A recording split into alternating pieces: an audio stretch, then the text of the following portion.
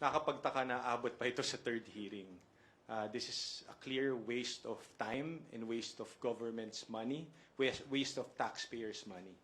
Unang-una, yung impormasyon na ito, yung dokumento, again, nanggaling lang sa isang blogger na pinost niya.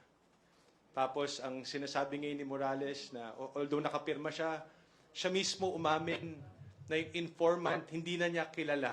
Hindi niya na maalala kung sino yun. All this alleged information. But siya daw yung pumirma dun sa dokumentong ito. Nakakapagtaka lang kasi yung timing. Kagaya po na nasabi ni Kong Jude kanina. Yung timing ng lahat ng ito, kung kailan ang daming binabatong sinusubukang siraan ng ating presidente, ang administrasyon ngayon, tapos ngayon, supposedly may ganitong klaseng PDEA leaks. Na mismo ang ahensya ng PDEA sinasabing walang ganitong dokumento.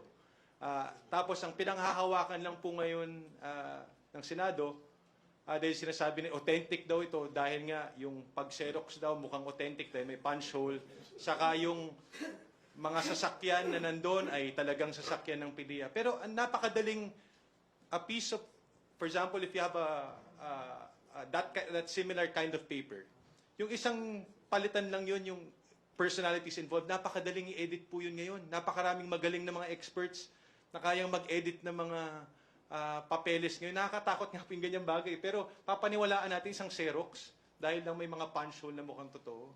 So, for me, this is a dead end. Wala na ho itong patutungan, pero pagpipilit natin ang bagay na ito, may motibo.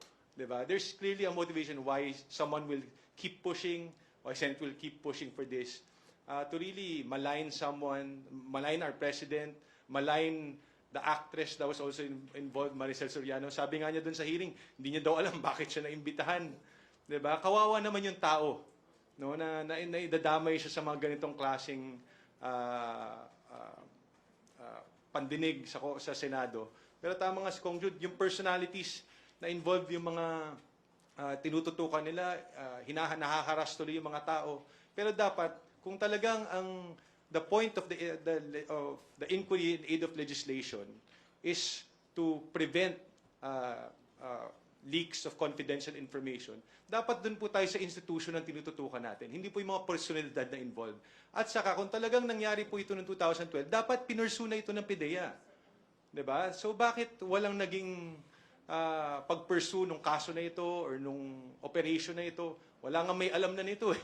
So, talagang nakakapagtaka kung bakit sabi niyo magkakaroon pa ng third hearing ito. Ako, hindi ko alam kung bakit magkakaroon pa ng third hearing. Nakakapagtaka talaga ito.